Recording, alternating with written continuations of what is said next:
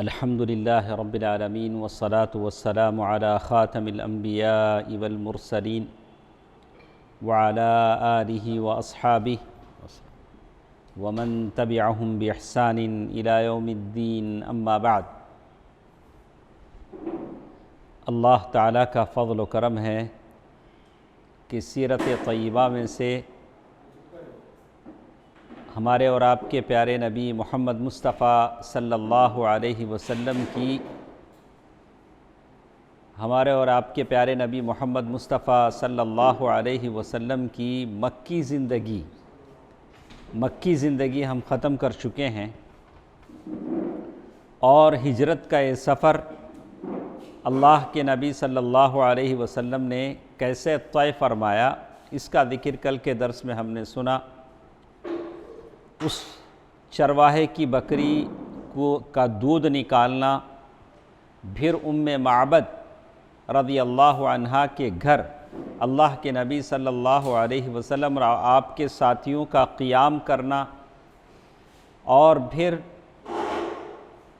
سراقہ بن مالک رضی اللہ عنہ ان کا آپ کا پیچھا کرنا، یہ ساری باتیں کل کے درس میں ہمارے ساتھ تھیں۔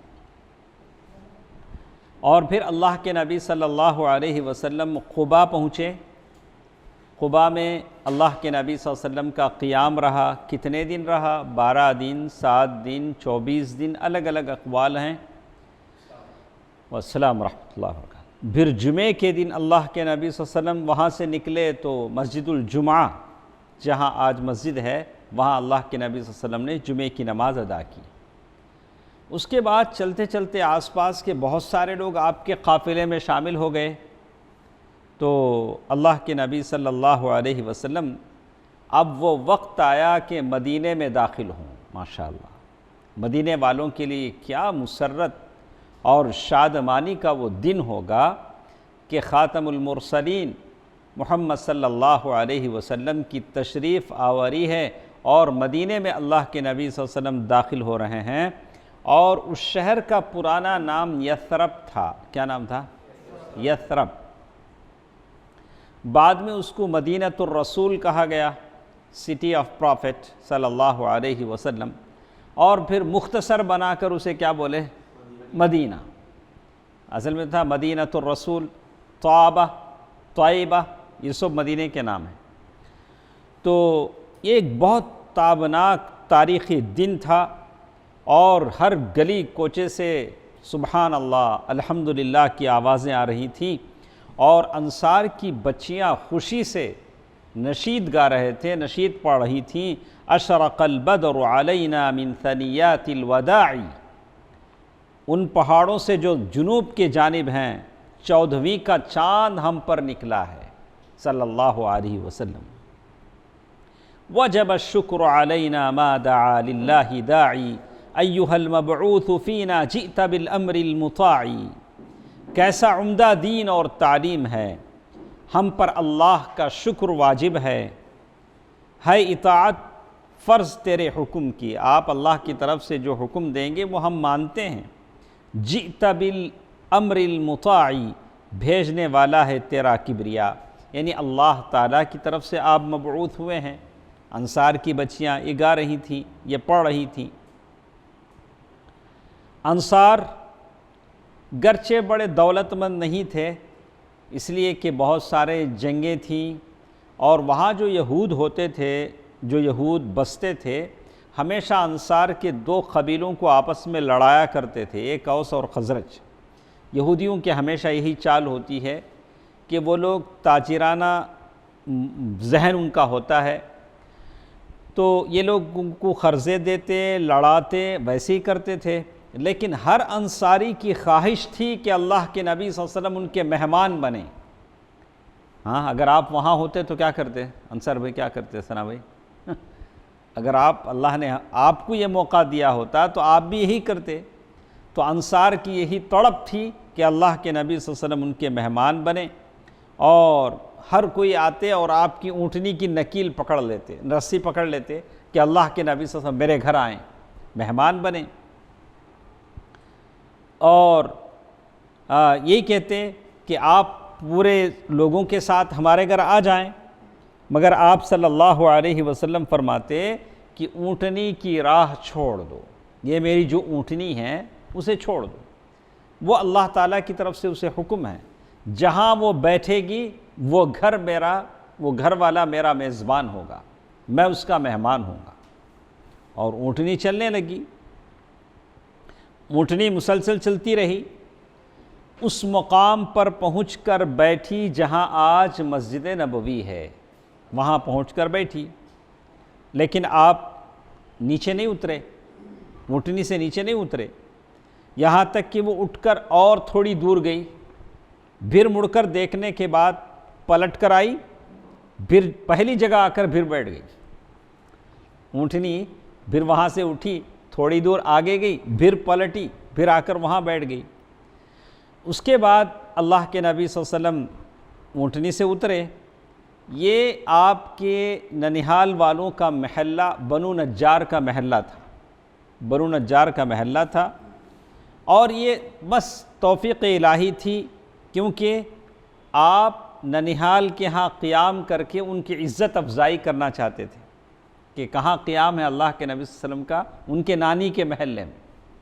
آج بھی بچوں کو زیادہ محبت دادی سے ہوتی ہے نانی سے ہوتی؟ ہاں بولو سنا بھائی، ہاں نانی سے۔ دادی گھر ضرور بچے جاتے ہیں، لیکن ایسے جاتے ہیں جیسے کانٹوں پہ ہوں، ہاں جتنا جلد ہو سکے کام نمٹا کے نکل جاتے ہیں، لیکن نانی گھر جب جائیں ماشاءاللہ تھکتے نہیں، وہاں سے جلد چھوڑنے کو راضی نہیں ہوتے۔ کیوں عمران، صحیح ہے نا؟ ماشاءاللہ، ہاں بہرحال دونوں برابر ہیں، دونوں برابر ہیں۔ تو بات کہنے کی یہ تھے کہ اللہ کے نبی صلی اللہ علیہ وسلم، یہ اللہ کے نبی صلی اللہ علیہ وسلم کا ننیہال، تو اس کا مطلب یہ ہوتا ہے کہ اکثر بچے جب آنکھ کھولتے ہیں تو سب سے پہلے وہ کسے دیکھتے ہیں؟ نانی کو دیکھتے ہیں، اسی کی گود میں پلتے ہیں، تو ایک طرح سے والہانہ شغف، محبت بچوں کی کس سے ہو جاتی ہے؟ نانی سے ہو جاتی ہے۔ تو کہا کہ اب بنو نجار کے لوگ آئے، آ کر اللہ کے نبی صلی اللہ علیہ وسلم کو لے جانے لگے، لیکن ابو ایوب انصاری رضی اللہ تعالی عنہ، انہوں نے لپک کر اللہ کے نبی صلی اللہ علیہ وسلم کا کجاوا اٹھا لیا، اونٹنی کا جو کجاوا تھا جس پر بیٹھتے ہیں وہ اٹھا لیا اور اپنے گھر لے کر چلے گئے۔ اس پر رسول اللہ صلی اللہ علیہ وسلم نے فرمایا کہ آدمی اپنے کجاوے کے ساتھ ہے، آدمی کیا ہے؟ اپنے کجاوے کے ساتھ ہے، میرے اونٹ کا کجاوا کون لے گئے ہیں؟ ابو ایوب انصاری، اور رضی اللہ عنہ، مجھے ان کے ساتھ جانا ہی ہے، مجھے ان کے ساتھ جانا ہی ہے۔ اور حضرت اسعد بن زرارہ رضی اللہ عنہ آ کر اونٹنی کی نکیل پکڑ لی، یہ اونٹنی انہی کے پاس رہی۔ تو اللہ کے انس بن مالک رضی اللہ تعالیٰ عنہ فرماتے ہیں کہ نبی صلی اللہ علیہ وسلم نے فرمایا، اب میری اونٹنی جہاں بیٹھی ہے یہاں سے کس کا گھر سب سے زیادہ قریب ہے؟ تو ابو ایوب انصاری رضی اللہ تعالیٰ عنہ نے کہا کہ اے اللہ کے نبی، میرا، اے اللہ کے رسول، میرا گھر سب سے قریب ہے، یہ رہا میرا مکان، یہ رہا میرا دروازہ۔ کیا تڑپ ان کی تھی کہ اللہ کے نبی صلی اللہ علیہ وسلم کے گھر کے مہمان بنے۔ آپ نے صلی اللہ علیہ وسلم نے فرمایا کہ جاؤ میرے قیلولہ کے لیے جگہ تیار کرو۔ تو معلوم یہ ہوتا ہے کہ وہ قیلولہ کا وقت تھا۔ قیلولہ کسے بولتے ہیں؟ دوپہر کے وقت تھوڑی دیر کے لیے سستانے کے لیے جو لیٹ جاتے ہیں وہ قیلولہ ہے۔ شیطان ہے جو قیلولہ نہیں کرتا۔ تو ہم لوگوں کو کیا کرنا چاہیے؟ تھوڑی دیر قیلولہ کرنا چاہیے، لیکن قیلولہ اتنا لمبا نہ ہو کہ عصر کی نماز چھوٹ جائے، تھوڑا مختصر ہی صحیح قیلولہ کرنی چاہیے۔ کہتے ہیں اللہ کے نبی صلی اللہ علیہ وسلم نے ان سے کہا کہ ہمارے لیے قیلولہ کی جگہ تیار کرو۔ انہوں نے عرض کیا کہ آپ دونوں حضرات تشریف لے چلیں۔ ابو بکر رضی اللہ تعالیٰ عنہ سے کہا کہ آپ بھی لے چلیں، اللہ تعالیٰ برکت دے۔ اس کے بعد تو معلوم یہ ہوتا ہے کہ اللہ کے نبی صلی اللہ علیہ وسلم مدینہ پہنچ کر کس کے گھر میں ہیں؟ ابو ایوب انصاری رضی اللہ تعالیٰ عنہ کے گھر میں۔ چند دن کے بعد آپ کی بیوی سودہ رضی اللہ عنہا ام المؤمنین وہ بھی آ گئی مکے سے، اور آپ کی دونوں بیٹیاں فاطمہ ام کلثوم رضی اللہ عنہما، یہ دونوں بیٹیاں بھی آ گئیں، تو مکے سے یہ بھی آ گئیں، اور اسی طرح اسامہ بن زید بھی آ گئے، اور ان کی اماں کون؟ اسامہ بن زید کی امی کون ہیں؟ میں نے آپ پہلے بتایا آپ کو، زید بن حارثہ کی بیوی کون ہے؟ ام ایمن۔ کون ہے؟ ام ایمن۔ اور اسامہ رضی اللہ تعالی عنہ کی امی کون ہے؟ ام ایمن۔ تو ام ایمن کون ہے؟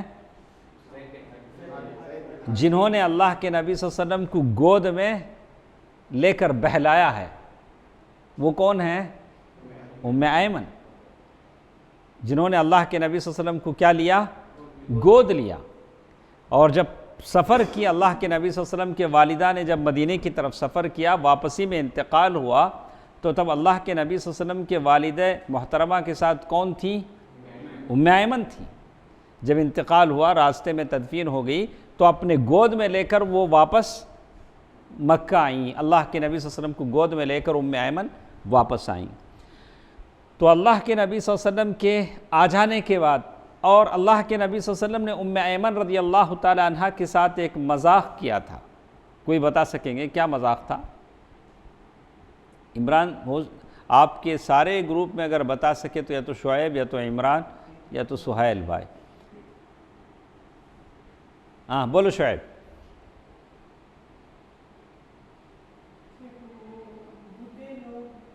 ہاں نہیں، ویسے یہ تو ہے کہ یہ اونٹنی مانگنے آئی تھیں، تو اس وقت کیا تھا؟ میں اونٹنی نہیں، اونٹنی کا بچہ دوں گا۔ انہوں نے کہا کہ میں بچہ لے کے کیا کروں؟ بولا نہیں، بچہ ہی دوں گا۔ بولا کہ نہیں، بچہ لے کے کیا کروں؟ بولا کہ جو بھی اونٹنی ہے وہ کسی کا بچہ ہی ہے۔ تو بہرکیف ایسی ہی روایتیں آتی ہیں۔ تو یہ ہیں ام ایمن رضی اللہ عنہا، بڑی لمبی عمر انہوں نے پائی۔ تو ام ایمن رضی اللہ تعالی عنہا، سودہ ام المؤمنین سودہ بنت زمعہ رضی اللہ عنہا، اور اسی طرح اللہ کے نبی صلی اللہ علیہ وسلم کی دونوں صاحبزادیاں ام کلثوم اور فاطمہ اور اسامہ بن زید، یہ سارے کے سارے عبداللہ بن ابی بکر ان کے ساتھ مکے سے مدینہ آئے، اور ساتھ میں ام المؤمنین عائشہ رضی اللہ تعالیٰ عنہ بھی تھیں، یعنی ابو بکر رضی اللہ تعالیٰ عنہ کا خاندان اور یہ سارے افراد پیچھے سے مکے سے مدینہ آئے۔ صرف ایک بیٹی اللہ کے نبی صلی اللہ علیہ وسلم کی پیچھے رہ گئیں۔ کون تھی وہ؟ زینب رضی اللہ تعالیٰ عنہ پیچھے رہ گئیں، وہ ابو العاص۔ زینب اور ابو العاص یہ دونوں بہت ایک دوسرے سے محبت کرتے تھے، لیکن ابو العاص ایک زمانے تک مسلمان نہیں ہوئے۔ اس کے بعد ایک موقع آیا کہ وہ مدینہ کسی قافلے کے ساتھ گزر رہے تھے، برا کر زینب رضی اللہ تعالیٰ عنہ کے گھر آئے، اور زینب رضی اللہ تعالیٰ عنہ نے ان کو پناہ دی۔ یہ سب بدر کے یہ سب واقعات ہیں۔ بہرکیف زینب رضی اللہ تعالیٰ عنہ وہاں رہ گئیں، انہوں نے آنے نہیں دیا، اور جنگ بدر کے بعد وہ تشریف لا سکی۔ جنگ بدر میں وہ قید ہو گئے، اور ان کے فدیے کے طور پر ام المؤمنین خدیجہ رضی اللہ تعالی عنہا کا ہار بھیجا زینب نے۔ اللہ کے نبی صلی اللہ علیہ وسلم نے اس ہار کو دیکھا، پھر ان کو چھوڑ دیا بغیر فدیے کے، اس وعدے پر کہ وہ زینب کو کیا کریں گے؟ بھیج دیں گے۔ تو جنگ بدر کے بعد اللہ کے نبی صلی اللہ علیہ وسلم کی بیٹی دوبارہ مکے سے مدینہ پہنچ سکی۔ تو یہ سارے لوگ تھے جو اللہ کے نبی صلی اللہ علیہ وسلم کے مدینہ پہنچنے کے بعد آئے۔ اس کے بعد ام المؤمنین عائشہ رضی اللہ تعالی عنہ فرماتی ہیں کہ رسول اللہ صلی اللہ علیہ وسلم مدینہ تشریف لائے تو مدینہ پہنچنے کے بعد کچھ صحابہ کرام کو بخار آ گیا۔ ان میں سے ابو بکر صدیق رضی اللہ تعالی عنہ تھے، بلال رضی اللہ تعالی عنہ تھے، اور ام المؤمنین عائشہ رضی اللہ تعالی عنہ فرماتی ہیں کہ جب میں عیادت کے لیے گئی، اپنے ابا کو دیکھنے کے لیے گئی، تو میں نے کہا کہ ابا آپ کا کیا حال ہے؟ پھر میں نے بلال رضی اللہ تعالیٰ عنہ سے پوچھا کہ اے بلال آپ کا کیا حال ہے؟ وہ فرماتی ہیں جب حضرت ابوبکر کو بخار آتا تو یہ شعر پڑھتے، کل امرئ مصبح فی اہل مصبح فی اہلہ والموت ادنی من شراک نعلہ۔ ابوبکر رضی اللہ تعالیٰ عنہ یہ شعر پڑھتے، ہر آدمی سے اس کے اہل کے اندر صبح بخیر کہا جاتا ہے۔ ہر آدمی کو لوگ اس کے گھر والے کیا بولتے ہیں؟ یعنی خیریت دریافت کرتے ہیں، حالانکہ موت اس کے جوتے کے بیلٹ سے زیادہ قریب ہے۔ اس کے شو کا جو بیلٹ ہوتا ہے جس پہ ڈورا باندھتے ہیں، جو تسمہ ہوتا ہے، اس سے زیادہ موت کیا ہے؟ اس کے قریب ہے۔ اور دوسری طرف بلال رضی اللہ تعالی عنہ بخار کی شدت جب بڑھ جاتی تو وہ اشعار کہنے لگتے، الا لیت شعری هل ابیتن لیلۃ بواد وحول اذخر وجلیل وهل اردن یوما میاہ مجنۃ وهل یبدون لی شامۃ وطفیل۔ تو بلال رضی اللہ تعالی عنہ یہ شعر کہتے کہ اے کاش ایک رات میں مکے میں گزارتا۔ کیا یاد آنے لگا ان کو؟ مکہ چھوڑ کے مدینہ آ گئے ہیں، لیکن یاد کس کی آ رہی ہے؟ مکے کی۔ کاش ایک رات میں مکے میں گزارتا اور میں مکے کی وہ وادی میرے اطراف اذخر اور جلیل گھاس ہو۔ وہ دو گھاسیں ہیں جو مدینے میں اگتی ہیں، مکے میں، ایک اذخر ہے اور دوسری جلیل وہ گھاس ہے، اور میں وہ مجنہ جو جگہ ہے وہاں کے پانی کے چشمے پر جاتا اور میں ان دو پہاڑوں کو دیکھ سکتا، شامہ اور طفیل، یہ دونوں پہاڑ ہیں مکے کے، وہ دونوں پہاڑ بھی ایک بار میں دیکھ سکتا۔ یہ اشعار تھے جو بلال رضی اللہ تعالی عنہ کے۔ تو اللہ کے نبی صلی اللہ علیہ وسلم کے پاس ام المؤمنین عائشہ رضی اللہ تعالی عنہ گئیں اور بتایا کہ دونوں کی حالت ایسی ہے، ابو بکر کی اور کس کی؟ بلال رضی اللہ عنہ کی۔ تو اللہ کے نبی صلی اللہ علیہ وسلم نے اللہ تعالیٰ سے دعا فرمایا کہ اے اللہ ہمارے نزدیک مدینے کو اسی طرح محبوب کر دے جیسے مکہ محبوب تھا، مکہ جیسے ہمارے لیے محبوب تھا، مدینے کی محبت میں ہمارے دل میں کیا کر دے؟ ویسے بٹھا دے، یا اس سے بھی زیادہ، اور مدینے کی فضا کو صحت بخش بنا دے، اور اس کے صاع اور مد غلے کے پیمانوں میں برکت عطا فرما۔ صاع اور مد غلہ ماپنے کے آلے ہیں، سواسر، اس میں برکت عطا فرما دے، اور یہ جو بخار ہے مدینے کا اس کو جحفہ ایک مقام ہے وہاں پھیر دے، مدینے سے نکال کر مقام جحفہ میں پہنچا دے۔ اللہ تعالیٰ نے آپ کی دعا سن لی اور سارے مدینے کے حالات بدل دے۔ یہاں تک جو باتیں ہم نے سنی ہیں شروع سے لے کر آخر تک، یہاں تک اللہ کے نبی صلی اللہ علیہ وسلم کی حیات طیبہ کی یہ قسم اور اسلامی دعوت کا ایک عہد، ایک دور، یعنی مکی دور پورا ہو جاتا ہے، مکے کا ایک سارا دور پورا ہو جاتا ہے، تو ایک دوسرے دور میں مسلمان داخل ہوتے ہیں، وہ ہے مدنی زندگی۔ وہ کون سی زندگی ہے؟ مدنی زندگی۔ اور مدنی زندگی کو آپ اگر دیکھنا چاہیں تو 3 مراحل پر اسے تقسیم کریں گے۔ مدنی زندگی کتنے مراحل میں تقسیم ہے؟ 3 مراحل ہیں۔ پہلا مرحلہ مدینے میں اللہ کے نبی صلی اللہ علیہ وسلم مدینے میں کتنے سال رہے ہیں؟ مدینے میں، مکے میں پوچھ رہا ہوں۔ 13۔ یہ مدینے میں؟ ہاں تو کتنے سال ہوئے؟ نہیں، نبوت کا بول رہے ہیں، نبوت کے بعد کی۔ تو اللہ کے نبی صلی اللہ علیہ وسلم مدینے میں جو 10 سال کا عہد جو رہا، 10 سالہ مدنی عہد جو تھا، اسے 3 حصوں میں تقسیم کیا گیا۔ پہلا حصہ ہے جس میں فتنے ہیں، اضطرابات ہیں، پریشانیاں ہیں، اور اندر سے رکاوٹیں کھڑی کی جا رہی ہیں، اور باہر سے دشمنوں کی مکاریاں ہیں، اور دشمن یہ کوشش میں ہے کہ مدینے میں جو مسلمان ہیں ان کو صفحہ ہستی سے مٹا دیں۔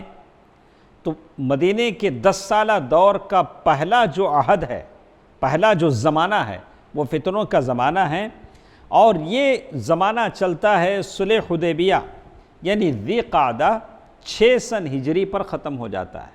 تو معلوم یہ ہوا کہ شروع کے 6 سال بس ایک بیس بنانے میں لگے۔ مخالفتیں تھیں، اضطرابات تھے، فتن اور طرح طرح کی تخریب کاریاں تھیں، اور مسلمانوں کے خلاف بہت سارے پلاننگ تھے۔ شروع کے کتنے سال؟ جب تک کہ صلح حدیبیہ تک۔ دوسرا مرحلہ جس میں کافروں کے ساتھ مسلمانوں کی صلح ہوتی ہے۔ صلح کا معنی کیا ہے؟ پیس ایگریمنٹ کافروں کے ساتھ ہوتا ہے، اور یہ مکہ فتح ہونے کے بعد 8 سن ہجری پر ختم ہو جاتا ہے۔ یہ وہ وقت ہوتا ہے کہ جب دنیا کے سارے بادشاہوں کو اسلام کی دعوت پہنچائی جاتی ہے، قیصر و کسریٰ کو، ایران کے بادشاہ کو، اور پھر روم، یہ سارے جو بادشاہ ہیں ان کو لیٹرز جاتے ہیں کہ مسلمان ہو جاؤ۔ یہ 10 سالوں میں سے یہ کب؟ یہ 8 سن ہجری تک۔ اب کتنے سال باقی ہیں؟ آخر کے 2 سال۔ شروع کی ادھر چلے گئے 6 تک، پھر 8، اور پھر تیسرا مرحلہ جس میں اللہ تعالیٰ کی مخلوق فوج در فوج اسلام میں داخل ہوتی ہے، کثیر تعداد اسلام میں داخل ہوتی ہے، اور جگہ جگہ سے قبیلے آ رہے ہیں۔ یمن سے لوگ آتے ہیں، طائف سے لوگ آتے ہیں، اور جگہ جگہ سے لوگ آ کر اللہ کے نبی صلی اللہ علیہ وسلم کے ہاتھ پر بیعت کر کے مسلمان ہوتے ہیں۔ یہ مرحلہ اللہ کے نبی صلی اللہ علیہ وسلم کی حیات مبارکہ کے اخیر یعنی ربیع الاول 11 سن ہجری تک محیط ہے۔ تو آخر کے 2 سال 3 سال لگ بھگ کا جو عرصہ ہے وہ بکثرت لوگ مسلمان ہوئے۔ اب سب سے پہلے ہم یہ دیکھیں گے کہ اللہ کے نبی صلی اللہ علیہ وسلم مکے سے نکل کر مدینہ آئے ہیں، تو مدینے کی کیا حالات ہیں۔ آپ جب کہیں بھی جاتے ہیں تو ایک دم وہاں کے حالات آپ کے فیور میں نہیں ہوتے ہیں، آپ کے موافق نہیں ہوتے ہیں۔ وہاں آندھیاں چلتی ہیں، مخالف ہوائیں چلتی ہیں، مخالف آوازیں اٹھتی ہیں، آپ پر اعتراض کرنے والے ہوتے ہیں، اور آپ ابھی ابھی آئے ہیں۔ تو وہاں کے حالات کیا تھے کہ طرح طرح کے فتنے، اور صحابہ اور اللہ کے نبی صلی اللہ علیہ وسلم کو مذاق کا نشانہ بنایا جاتا تھا مکے میں۔ تو جب آپ مدینہ آ گئے ہیں تو اس کا یہ مطلب نہیں تھا کہ ساری چیزیں چھوٹ گئیں، اب امن میں ہیں۔ اب مطلب یہ تھا کہ آپ ایک نیا سوسائٹی، نیا معاشرہ، نئی کمیونٹی بنائیں۔ کہاں بنائیں گے؟ مدینے میں۔ مدینے میں یہ مدنی زندگی میں جو آپ نیا معاشرہ تشکیل دیں گے، اس کے لیے بہت ساری باتیں آپ کو برداشت کرنی پڑے گی۔ اب ہر مسلمان، ایک آدمی تو معاشرہ نہیں بنائیں گے، اللہ کے نبی صلی اللہ علیہ وسلم کا ساتھ دینا ضروری ہے۔ ہر مسلمان اس میں حصہ لے، اس معاشرے کے بنانے میں، اس کی پختگی میں، اس کی حفاظت میں سب کو کوشش کرنی ہے۔ اور اب نئے معاشرے کی بنانے کی جو قیادت باغ ڈور کس کے ہاتھ میں تھی؟ کون بنائے گا یہ نیا معاشرہ؟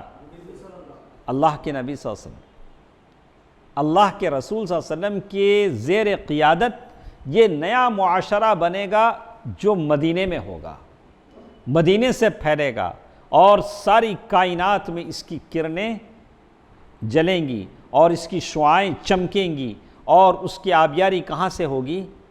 مدینے سے ہوگی۔ تو قیامت تک جس معاشرے کو چلنا ہے، قیامت تک جس معاشرے کو اپنے اخلاق، اپنی عادات، اطوار اور شریعت کے مطابق بنائی گئی یہ معاشرہ ہے، وہ کتنا مضبوط ہونا چاہیے۔ اس لیے کہ کب تک اس کو چلنا ہے؟ قیامت تک چلنا ہے۔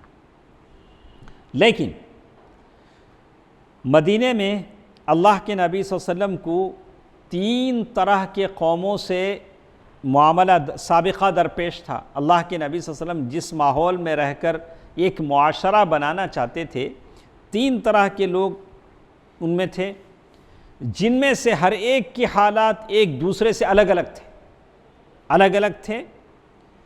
جیسے مدینے میں جو سب سے پہلے جو لوگ تھے، آپ کے ساتھ رہنے والے آپ کے پاک باز صحابہ کرام، اور وہ ممتاز جماعت تھی، ان میں ابو بکر بھی تھے، علی رضی اللہ تعالیٰ عنہ بھی تھے، اور بہت سارے صحابہ اکرام جو آپ کے ساتھ تھے۔ یہ ایک ٹیم تھی جو اللہ کے نبی صلی اللہ علیہ وسلم کے ساتھ تھی۔ کبھی بھی اگر آپ کو کوئی بڑا کام کرنا ہے، کوئی بڑا شان والا کام کرنا ہے، تو آپ کیا دیکھیں گے کہ میرے ساتھ کتنے لوگ ہیں۔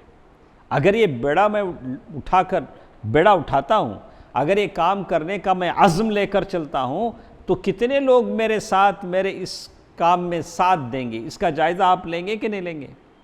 لیں گے۔ ایسا نہیں ہوگا میں اکیلا ہی چلا تھا جانب منزل، مگر ایسا نہیں ہوگا کہ آپ اکیلے چل پڑیں، آپ یہ دیکھیں گے کتنے لوگ میرے ساتھ ہیں۔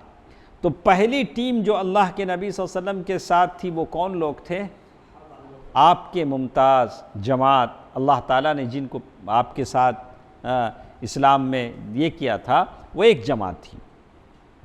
دوسری جماعت مدینے کے جو پرانے اور اصلی قبائل سے تعلق رکھنے والے مشرکین جو ابھی تک ایمان نہیں لائے تھے، اور تیسری ٹیم تھی یہود، وہ الگ الگ بٹے ہوئے تھے، بنو نضیر، بنو قینقاع، بنو قریظہ، الگ الگ تھے۔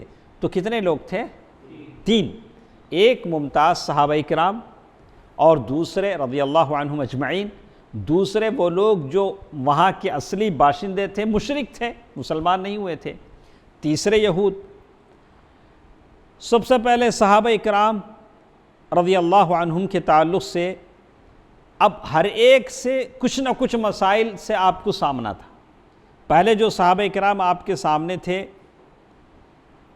ان کے لیے مدینے کے جو حالات تھے مکے کے حالات سے قطعی طور پر مختلف تھے۔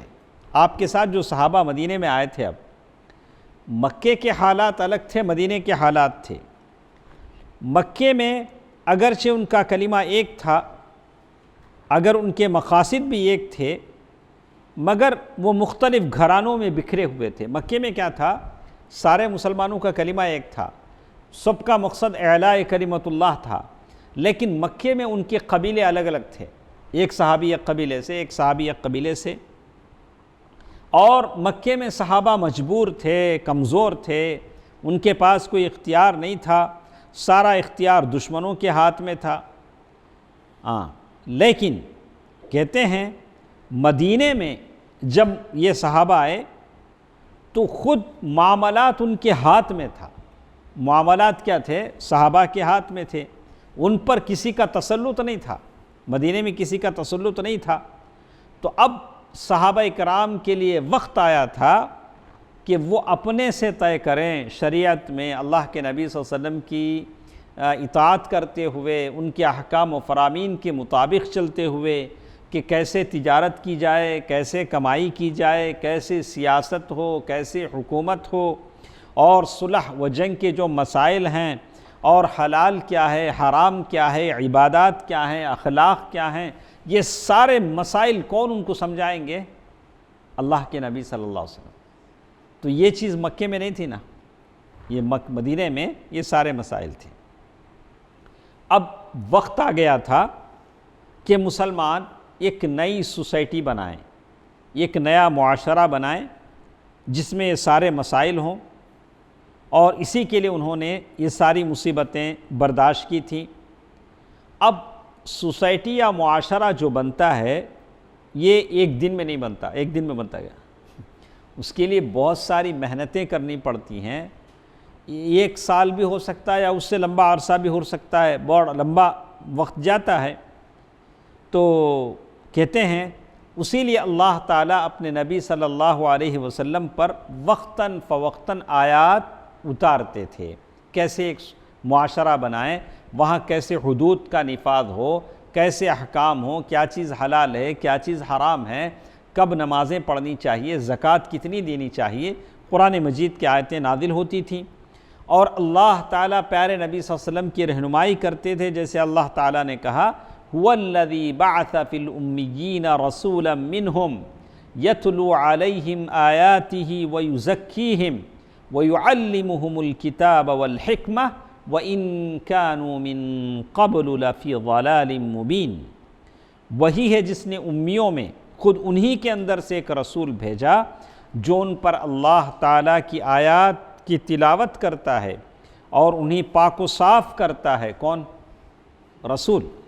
اور انہی کتاب و حکمت سکھاتا ہے، اور یہ لوگ یقیناً کھلی گمراہی میں تھے۔ اور صحابہ کرام ایسے تھے، جب آیتیں نازل ہوتی تھیں بڑے غور سے سنتے تھے۔ جیسے ہی قرآن مجید کی آیتیں نازل ہوتی تھیں ان کا ایمان کیا ہوتا تھا؟ بڑھ جاتا تھا۔ ان کا ایمان کیا ہوتا تھا؟ بڑھ جاتا تھا۔ وَإِذَا تُلِيَتْ عَلَيْهِمْ آيَاتُهُ زَادَتْهُمْ إِيمَانًا، جب ان پر قرآن مجید کی آیتیں تلاوت کی جاتی ہیں تو وہ ان کے ایمان کو بڑھا دیتی ہیں۔ قرآن کی تلاوت آدمی کے ایمان کو کیا کرتی ہے؟ بڑھا دیتی ہے۔ تو بہرحال ایک بہت بڑا مسئلہ تھا جو رسول اللہ صلی اللہ علیہ وسلم کو مسلمانوں کے تعلق سے درپیش تھا، اور بڑے پیمانے پر یہی دعوت اسلامیہ اور رسالت محمدیہ کا مقصود بھی تھا، اور یہ کام آہستہ آہستہ ہو رہا تھا۔ اللہ کے نبی صلی اللہ علیہ وسلم مدینے میں ہیں، یہ ایک اسلامی معاشرے کا بیس بنا رہے ہیں، ایک اسلامی معاشرے کو تشکیل دے رہے ہیں۔ ایک اور بات جو ہمارے ساتھ ہے، سب سے پہلے 3 لوگوں میں سب سے پہلے کون تھے؟ صحابہ کرام۔ صحابہ کرام کی کچھ باتیں ہم نے سنی، لیکن اسی کے ساتھ ساتھ یہ تھا کہ صحابہ کرام میں جو لوگ تھے 2 طرح کے لوگ تھے۔ کیا سنا بھائی؟ مدینے میں جو لوگ تھے کتنے تھے؟ 2۔ یہ کچھ وہ لوگ تھے جن کا اپنا مکان تھا، اپنی تجارت تھی، اپنے باغیچے تھے، کھجور کے باغات تھے۔ جیسے ایک وہ جو خود اپنی زمین، اپنے مکان، اپنے اموال کے اندر رہ رہے تھے، ان کے بارے میں ان کو زیادہ فکر نہیں تھی، جیسے ایک آدمی سکون سے اپنے گھر میں رہتا ہے۔ یہ انصار کا گروہ تھا۔ کون تھے وہ؟ انصار، یعنی مدینے کے جو اصلی مسلمان، اصلی لوگ تھے وہ انصار تھے۔ ان کی اپنی دولت تھی، اپنے گھر تھے، اپنا گھر بار تھا، اپنے کھجور کے باغات تھے، اور ان میں آپس میں انصار میں بھی کیا تھا؟ بڑی عداوتیں تھیں آپس میں، ان کی بھی کیا تھیں؟ اس لیے کہ اوس اور خزرج دونوں کو ملا کر کیا بولتے ہیں؟ انصار۔ اوس اور خزرج ان دونوں قبیلوں کو ملا کر آپ کیا کہیں گے؟ انصار۔ انصار کی خود آپس میں عداوتیں تھی۔ دوسری طرف ایک اور ان کے ساتھ تھے مہاجرین۔ یہ کہاں سے آئے تھے؟ مکے سے آئے تھے، یہ مہاجرین تھے، جو ان ساری سہولتوں سے محروم تھے۔ ان کا اپنا کوئی کاروبار نہیں تھا مدینے میں، ان کی کوئی تجارت نہیں تھی، ان کے پاس کوئی اپنا گھر بار نہیں تھا۔ یہ تو بس لٹ کر پٹ کر اپنی جان بچا کر، ایمان بچا کر مکے سے مدینہ آئے تھے۔ یہ مہاجر تھے۔ ان کے پاس نہ رہنے کے لیے کوئی ٹھکانہ تھا، نہ پیٹ پالنے کے لیے کوئی کام تھا، نہ سرے سے کسی قسم کا کوئی مال جس پر ان کی معیشت کا ڈھانچہ کھڑا ہو سکے۔ اور یہ جو مہاجر آئے تھے مکے سے مدینہ، ان کی تعداد بھی زیادہ تھی۔ ایسا نہیں تھا کہ چلو 150 تھے، ان کی تعداد بھی زیادہ تھی، اور دن بدن اضافہ ہو رہا تھا، اس لیے کہ مکہ چھوڑ کر لوگ کہاں آ رہے تھے؟ مدینہ آ رہے تھے۔ اور اللہ کے نبی صلی اللہ علیہ وسلم کا اعلان بھی تھا کہ جو کوئی اللہ اور اس کے رسول پر ایمان رکھتا ہے وہ مکہ چھوڑ کر کہاں آ جائے؟ مدینہ آ جائے۔ سارے لوگ مدینہ آ رہے تھے، اور مدینہ ایسی بستی تھی جہاں کوئی بڑی دولت تھی، نہ آمدنی کے ذرائع وسائل تھے، وہاں بھی کچھ نہیں تھا۔ تو یہ ہوا کہ مدینے کا جو اقتصادی توازن تھا وہ بگڑ گیا، ان بیلنس ہو گیا۔ لوگ بڑھ گئے، مدینے میں ایسے کوئی انکم سورسز نہیں تھے کہ لوگ کما سکیں، کھا سکیں۔ انصار کا تو اپنا حال تھا، لیکن مہاجرین کے لیے معاملہ مشکل تھا۔ اس میں سے اور ایک بات بھی کیا ہوئی، اسلام دشمن جو طاقتیں تھیں، آس پاس کی جو مکے کے جو لوگ تھے یا طائف کے جو لوگ تھے، ان لوگوں نے مدینے کا اقتصادی بائیکاٹ کر دیا تھا، اکنامیکل کیا کر دیا تھا؟ بائیکاٹ کر دیا تھا کہ ہاں مسلمان ہیں، کیا حال رہے گا؟ ایک تو پہلے سے کچھ نہیں، اس کے بعد مدینے کا کیا کر رہے ہیں؟ یہ کر دیے، جس سے کیا ہو گیا؟ باہر سے جو مال مدینہ آتا تھا مدینے میں مال آنا بند ہو گیا، اور حالات سنگین سے سنگین ہوتے چلے گئے۔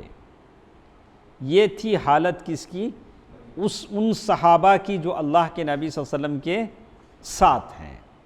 ایک دوسری قوم جس کی بات ہم کر رہے تھے، مدینے کے اصلی جو مشرک تھے، وہاں کے باشندے جو مشرک تھے، ان کا حال یہ تھا کہ مسلمانوں پر ان کا کوئی کنٹرول نہیں تھا۔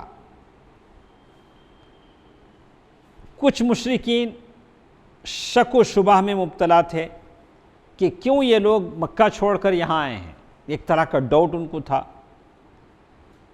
لیکن اسلام اور مسلمانوں کے خلاف اپنے دل میں کوئی عداوت ان کے دلوں میں نہیں تھی۔ کون تھے وہ؟ مدینے کے جو مشرک تھے۔ ایک ڈاؤٹ تھا کہ ان لوگوں کو مکے سے آنے کی کیا ضرورت تھی، لیکن کوئی عداوت اور دشمنی نہیں تھی۔ اور ایسے ہی لوگ تھوڑے عرصے کے بعد مسلمان ہو گئے۔ اللہ تعالیٰ نے ان لوگوں کو کیا کر دیا؟ ہدایت دے دی۔ لیکن کچھ مدینے کے مشرک ایسے بھی تھے جو مسلمان نہیں ہوئے۔ شروع ہی سے انہوں نے اپنے دلوں میں عداوت کو چھپایا، کینہ کپٹ کو چھپایا۔ تو اس میں سب سے بڑا جو آدمی تھا مدینے کا جو سردار منافقوں کا، عبداللہ بن ابی بن سلول۔ کون تھا وہ؟ عبداللہ۔ نام نہیں، نام کتنا پیارا ہے، عبداللہ۔ تو نام پہ مت جائیں، ہاں نام ہو سکتا ہے بڑا پیارا ہو، لیکن آدمی کیا ہونا چاہیے؟ عقیدہ اچھا ہونا چاہیے۔ نام بڑے بڑے ہو سکتے ہیں، علامۃ الدہر، فرید الدہر، فخر زماں، کچھ لوگ بڑے بڑے لقب لگاتے ہیں نام پر، لباس پر۔ تو اصل چیز جو دیکھنی ہے کیا ہونی چاہیے؟ آدمی کا عقیدہ ہے، اور دل میں کیا ہے یہ تو ہم جان نہیں سکتے ہیں، لیکن اس کے الفاظ سے پتہ چلے گا۔ باقی معاملہ کس کے حوالے ہے؟ اللہ سبحانہ و تعالیٰ کے حوالے ہے۔ تو ان میں جو سب سے بڑا یہ تھا عبداللہ بن ابی بن سلول، جس کے بارے میں ایک اللہ کے نبی صلی اللہ علیہ وسلم کے مدینہ آنے سے پہلے ایک جنگ ہوئی، جنگ بعاث۔ اس جنگ میں بہت زیادہ جانوں کی ہلاکت ہوئی۔ تو اوس اور خزرج جو انصار کے دونوں قبیلے ہیں، اس بات پر اتفاق کر چکے تھے کہ اب مدینے کا بادشاہ عبداللہ بن ابی بن سلول ہوگا، نامنیٹ ہو چکا تھا۔ اب مدینے کا کنگ کون ہوگا؟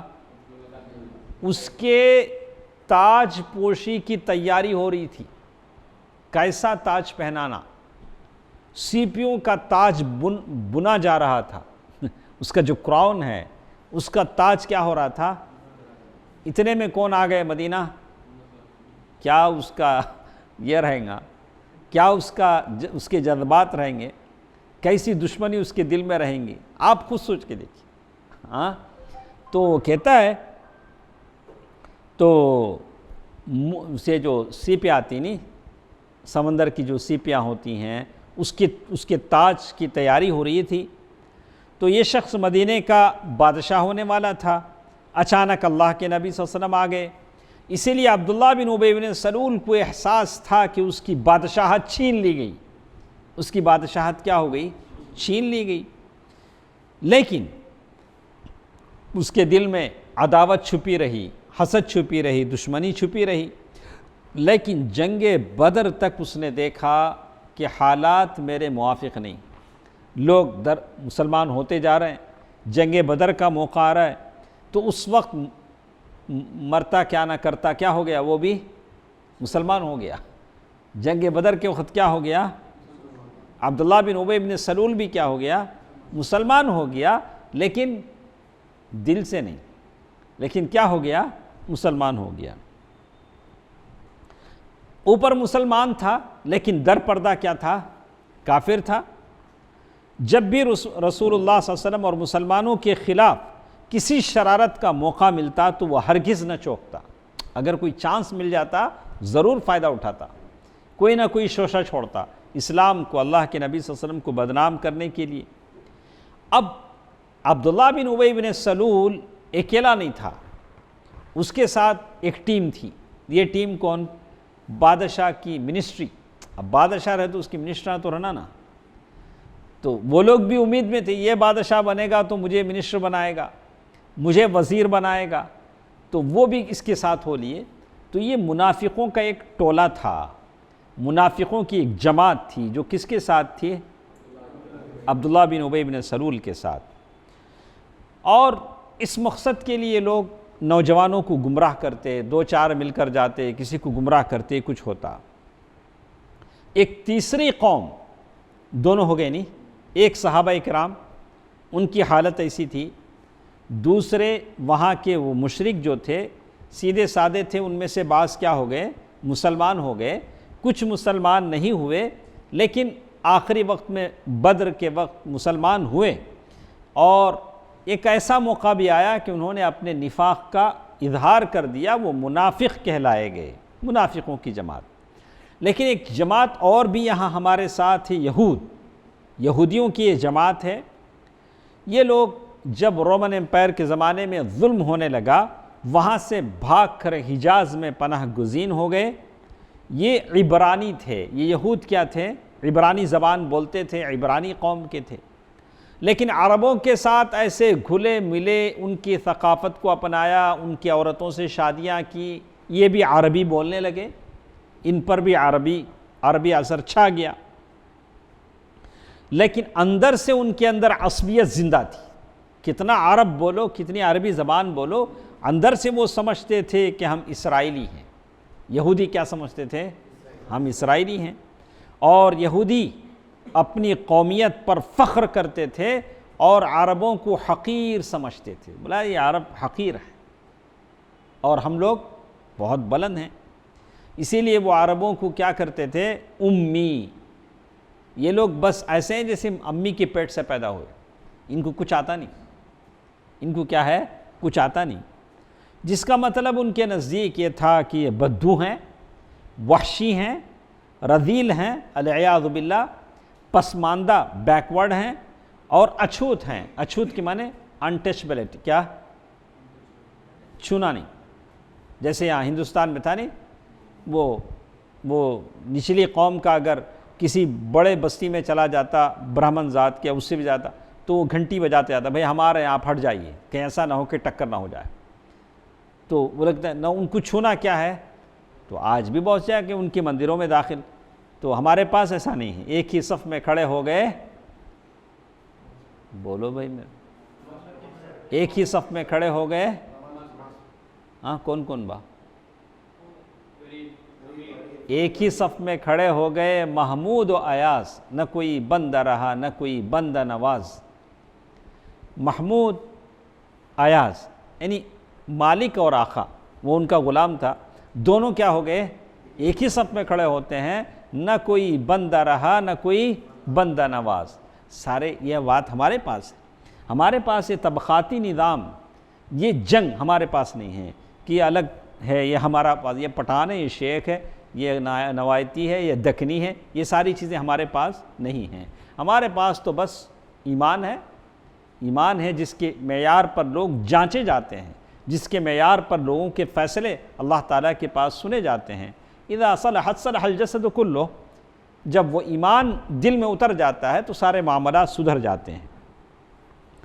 پھر اس کے بعد وہ کہتے ہیں، اور وہ لوگ یہود یہ کہتے تھے کہ عربوں کا مال ان کے لیے مباح ہے، عربوں سے ہم جیسے چاہے دھوکہ دے کے مال لے سکتے ہیں، اللہ ہم کو نہیں پوچھے گا، جتنا بھی دھوکہ دو عربوں کو، اللہ ہم کو نہیں پوچھے گا۔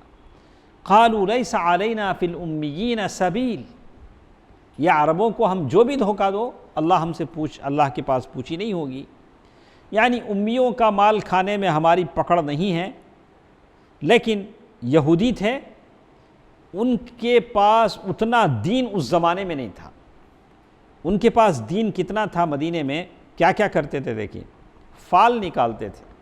دین کا معیار ان کے پاس کیا تھا یہودیوں کا؟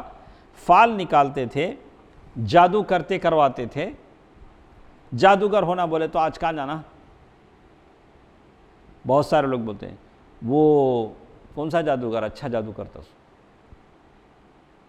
ہمارے پاس مشہور ہیں، ایک خاص اسٹیٹ ہے، میں نام نہیں لینا چاہتا، تو وہاں کی اسٹیٹ کے جادوگروں کو خدمات لوگ لیتے ہیں، العیاذ باللہ، حالانکہ یہ کفر ہے، بڑے گناہوں میں سے ہے، السبع الموبقات، یہ بڑے گناہوں میں سے ہے، کرنا اور جادو کرنا اور کروانا کیا ہے؟ کفر ہے، لیکن لوگوں کو معلوم ہے کون سا جادوگر اچھا جادو کرتا ہے، ان کو بتانا چاہیے کہ یہ سب کفر ہے، یہ باتیں، یہ چیزیں کفر ہیں۔ تو وہ زمانے میں یہ یہودی مشہور تھے جادو کرنے، اور اللہ کے نبی صلی اللہ علیہ وسلم پر جس نے جادو کیا لبید بن العاصم، وہ یہودی تھا، وہ اور اس کی بیٹیوں نے جادو کیا۔ کہا کہ بس یہ لوگ اس کام کے لیے مشہور تھے، اور جھاڑ پھونک یہ سارے کام وہ کرتے تھے، اور سمجھتے تھے کہ ہم یہ ساری چیزیں ہم ہی کو آتی، کسی کو نہیں آتا۔ تو اس طرح سے وہ اپنے پیشہ، اپنے دبدبے، اپنے اثر و رسوخ کو مدنی معاشرے پر نافذ کرتے تھے۔ اور یہودیوں کی ایک عادت ایسی تھی کہ یہ کمانے کے فنون میں بڑے مہارت رکھتے تھے۔ آج بھی ہماری سوسائٹی میں ایک قوم ہے دولت کمانے میں کافی ماہر ہے، کیسے بھی کمائے گی، آپ کی جسم سے آپ کا خون چوس کر ہی صحیح کمائے گی، ایسی ایک قوم ہمارے پاس بھی۔ تو کہا کہ یہ یہود وہ اس زمانے میں تھے جو دولت کمانے میں بہت ماہر تھے، غلے، کھجور، شراب، کپڑے کی تجارت انہی کے ہاتھ میں تھی، یہ سارے بزنس وہی کرتے تھے، اور یہ لوگ غلے، کپڑے، شراب باہر سے منگاتے تھے، اور کھجور، یہ ساری کاروبار ان کے ہاتھ میں تھا، اور یہ عربوں کو بیچتے، اور سب سے زیادہ ان کا بزنس ایک تھا سود خوری۔ سود خوری بولے تو یہ قوم ہمارے پاس بھی اس کے لیے مشہور ہے، یہ یہودیوں بھی اس زمانے میں کیا تھا، ان کے پاس بھی تھا۔ یہ کیا کرتے تھے، عرب کے جو شیوخ ہوتے ہیں یا قبیلے کے جو سردار ہوتے تھے، سودی قرضے پر بڑا اماؤنٹ ان کو دیتے، قبائل کے جو بڑے بڑے لیڈرز ہوتے ان کو سود پر پیسہ دیتے، اور وہ لوگ لے کر کیا کرتے، وہ پیسہ اپنی تعریف میں خرچ کرتے، شراب پی لیتے، جو بھی آیا اسے اٹھا کے دے دیا، بے دریغ خرچ کرتے۔ اب قرض ادا نہیں کر پاتے تو ان کی زمینیں، کھیتیاں اور باغات وغیرہ گروی رکھ لیتے۔ آج بھی ایسی ہوا، لوگوں نے لے لیے لاکھوں کروڑوں روپئے، اور بالآخر یہ ہوا کہ اپنے گھروں سے محروم ہو گئے۔ بسا اوقات جن گلیوں میں مسلمان بستے تھے ساری گلیاں خالی ہو گئیں، بس اسٹریٹ کا نیم رہ گیا کہ یہ مسلمان کی گلی ہے، لیکن پوری گلی میں ایک گھر مسلمان کا نہیں، ایک گھر مسلمان کا۔ ایسا کیوں ہوا؟ حد سے زیادہ رسم و رواج، اخراجات، شان و شوکت کا مظاہرہ، ایک شادی پر اتنا سارا خرچ کہاں سے لائے گا؟ وہیں سے لاتا ہے، دکان پہ جا کے کھڑا ہو جاتا ہے اور لیتا ہے وہاں، اور پھر یہ ہوتا ہے کہ یہ نوبت آتی ہے۔ تو کہا کہ اس زمانے میں ایسے ہوتا تھا۔ اور ایک چیز ان یہودیوں کے تعلق سے بتایا کہ چند سال گزرتے گزرتے ان کے گھروں، باغات کے یہ لوگ مالک ہو جاتے ہیں، ان کے نام وہ چیزیں ہو جاتی۔ اسی طرح یہود جو مدینے میں تھے، سازشوں، جنگ و فساد کی آگ بھڑکانے میں بڑے ماہر تھے، کچھ بھی کر کے لڑا دیتے تھے آپس میں، ایسی باریکی سے آپس میں دشمنی کے بیج بوتے، ایک دوسرے کے خلاف اکساتے کہ لوگوں کو محسوس بھی نہیں ہوتا تھا، آپس میں لڑاتے تھے۔ اور تھوڑا جنگ سرد پڑتی تو پھر کیا کرتے، پھر آپس میں لڑاتے، پھر جنگ بھڑک اٹھتی، اور یہ لوگ ضرورت پڑے تو سود پر ہتھیار دیتے، قرضہ دیتے ان کو، تم کو ہتھیار ہونا لو، تم کو پیسے ہونا لو، لڑو، لڑاتے، ان کا کام تھا سود۔ اسی لیے کہتے ہیں اس طرح وہ لوگ دوہرا نفع کماتے۔ تو یہ کون تھے مدینے کے؟ کتنا برا تھا، دیکھیں، ایک طرف سے کمائی بھی ہو جاتی تھی، لڑائی بھی ہو جاتی تھی، خود مزے میں رہتے تھے، سامنے والے کو لڑاتے تھے۔ یہودی مدینے میں جو لوگ یہود تھے ان کے 3 مشہور قبیلے تھے. کیا عمران صاحب؟ اس کو آپ اچھی طرح یاد کر لیں، اس لیے کہ آگے چل کر جب آئے گا تو آپ کہیں کنفیوز نہ ہوں. اس کو اچھی طرح یاد کر لیں، ہم بس کرتے ہیں انشاءاللہ. تو یہود کے جو قبیلے تھے وہ 3 قبائل تھے. وہ کون سے تھے؟ ایک بنو قینوقا. بنو قینوقا یہ خزرج کے حلیف تھے اور ان کی آبادی مدینے کے اندر زیادہ تھی، یہی زیادہ تعداد میں تھے بنو قینوقا. بنو نضیر یہ ایک قبیلہ تھا. بنو قریظہ یہ ایک قبیلہ تھا. یہ 3 قبیلے مدینے میں بستے تھے. اور یہ اسلام، ظاہر ہے یہود اسلام کے خلاف ہمیشہ کیسے رہے ہیں، ان کے دلوں میں بغض و حسد، عداوت ہمیشہ رہی ہے. اور تو مطلب یہ تھا کہ فطری بات ہے کہ ان یہودیوں سے اس کے سوا کیا توقع ہو سکتی تھی کہ وہ اسلام سے دشمنی کریں، کیونکہ اللہ کے نبی صلی اللہ علیہ وسلم ان کے نسل سے نہیں تھے، ان کے نسل سے نہیں تھے اور ان کو عصبیت تھی، نسلی عصبیت تھی. پھر اسلام کی دعوت کیا تھی؟ اسلام کیا سکھاتا تھا؟ دلوں کو جوڑنے کی بات سکھاتا تھا، آپس میں نہیں لڑنا. اگر لوگ نہیں لڑیں گے تو یہودیوں کی تجارت کیسے چلے گی؟ یہودی کیا چاہتے تھے؟ لوگ لڑیں، غریب ہو جائیں، ہم ان کو سود پر پیسہ دیں. ہم ان کو کیا کریں؟ سود پر پیسہ دیں. تو کبھی میں سوچتا ہوں اگر ہمارے زیادہ ہم لوگ جو دیکھتے ہیں، ہمارا علاقہ رائے پیٹا ہے، یہاں کے لوگ اگر سود پر پیسہ لینا چھوڑ دیں تو ان کی حالت کیا ہوگی؟ کبھی ایسا سوچتا ہوں. تو سود، خاص کر اپنی قوم جو مسلم قوم ہے، ہم ان کو بتائیں کہ سود کتنی گھناؤنی چیز ہے، کتنی بڑی برائی ہے. حدیثوں میں کتنی اس کی ہولناکی بیان کی گئی ہے سود کے تعلق سے، انٹرسٹ کے تعلق سے. ہم اپنی قوم کو بتائیں کتنی بری چیز ہے. لیکن اس کے لیے ہمیں چاہیے کہ ہم اپنی قوم کو اس کا ایک بدل دیں، اور اس کا بہترین بدل ہو سکتا ہے بیت المال. بیت المال کا نظام ہے جہاں سے غریبوں کی ضرورتیں پوری کی جا سکیں تاکہ وہ سودی قرضہ لینے پر کیا نہ ہوں، مجبور نہ ہوں. اسلام بس یہ سکھاتا ہے کہ مسلمان متحد رہیں، تمام معاملات میں امانت داری برتیں، پاکیزہ اور حلال مال کھانے کا پابند بناتا ہے. تو اس کا مطلب یہ ہوگا کہ اب مدینے میں لوگ آپس میں لڑیں گے نہیں. ایسی صورت میں جب لڑیں گے نہیں تو یہودیوں کے پنجے سے آزاد ہو جائیں گے، لہٰذا ان کی تجارت کیا ہو جائے گی؟ ڈاؤن ہو جائے گی، لاس میں آ جائیں گے، نقصان. اور سودی دولت سے محروم ہو جائیں گے جس کے ذریعے سے وہ مالدار بنتے تھے. یہ تھا.